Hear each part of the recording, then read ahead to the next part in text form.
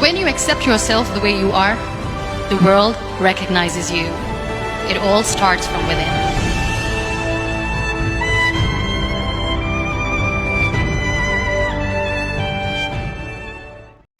They see my disability, I see my ability.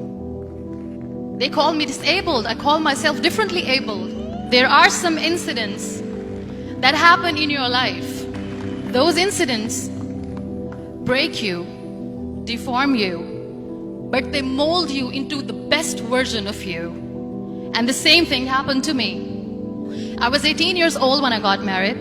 My father wanted me to get married. And all I said was, if that makes you happy, I'll say yes. And of course, it was never a happy marriage. Just about after 2 years of getting married, I met a car accident. Somehow my husband fell asleep and the car fell in the ditch. He managed to jump out, saved himself. I'm happy for him. But I stayed inside the car and I sustained a lot of injuries. The list is a bit long, don't get scared. The wrist was fractured. Shoulder bone and collarbone were fractured.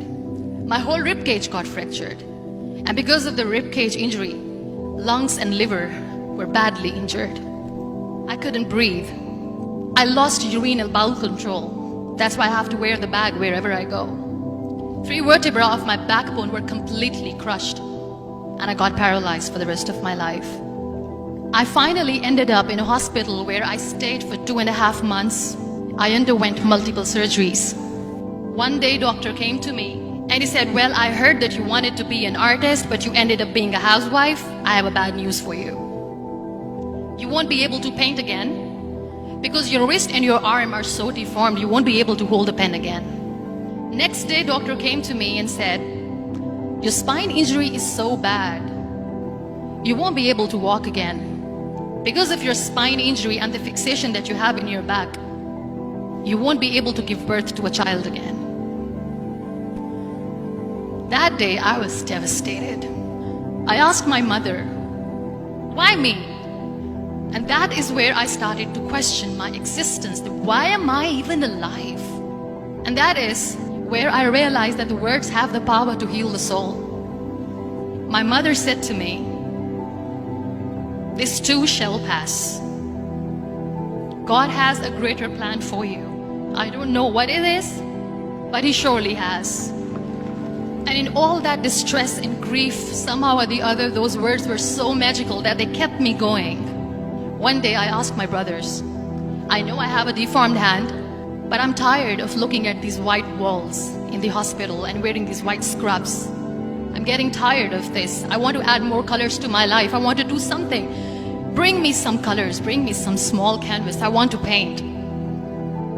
So the very first painting I made was on my deathbed, where I painted for the very first time. It was not just an art piece or just my passion. It was my therapy.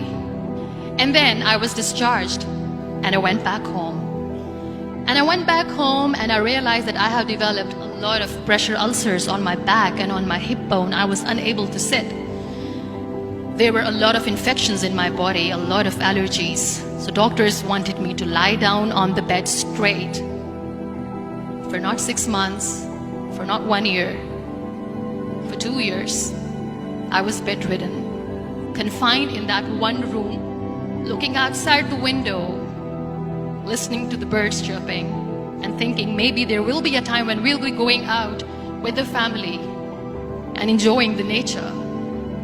That was the time where I realized how lucky people are.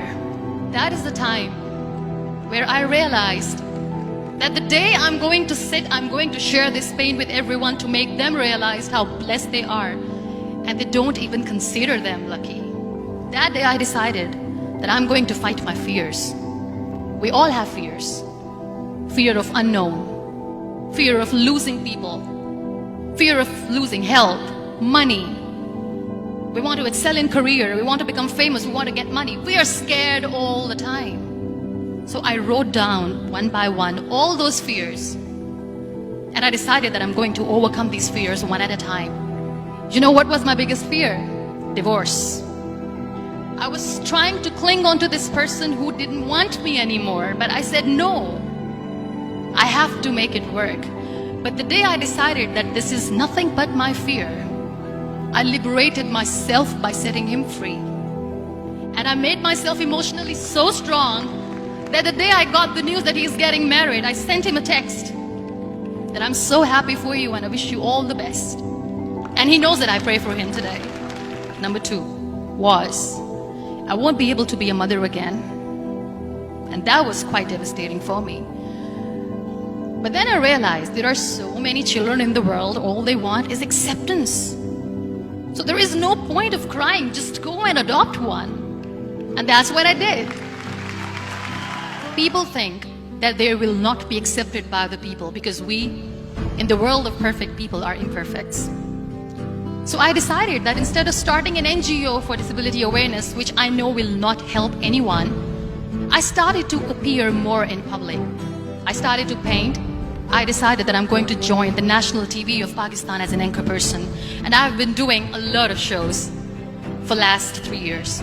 I became the National Goodwill Ambassador for UN Women Pakistan, and now I speak for the rights of women, children. We talk about inclusion, diversity, gender equality, which is a must. Every time I go in public, I always smile. It's always a big toothy smile on my face, and people ask me, don't you get tired of smiling all the time? What's the secret? I always say one thing, that I have stopped worrying about the things that I have lost, the people that I have lost. Things and people who were meant to be with me are with me. And sometimes, somebody's absence makes you a better person. Cherish their absence. It's always a blessing in disguise. Live your life fully. Accept yourself the way you are. Be kind to yourself.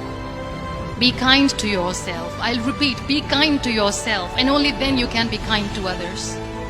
Love yourself and spread that love. Life will be hard. There will be turmoils, there will be trials, but that will only make you stronger. So when you accept yourself the way you are, the world recognizes you.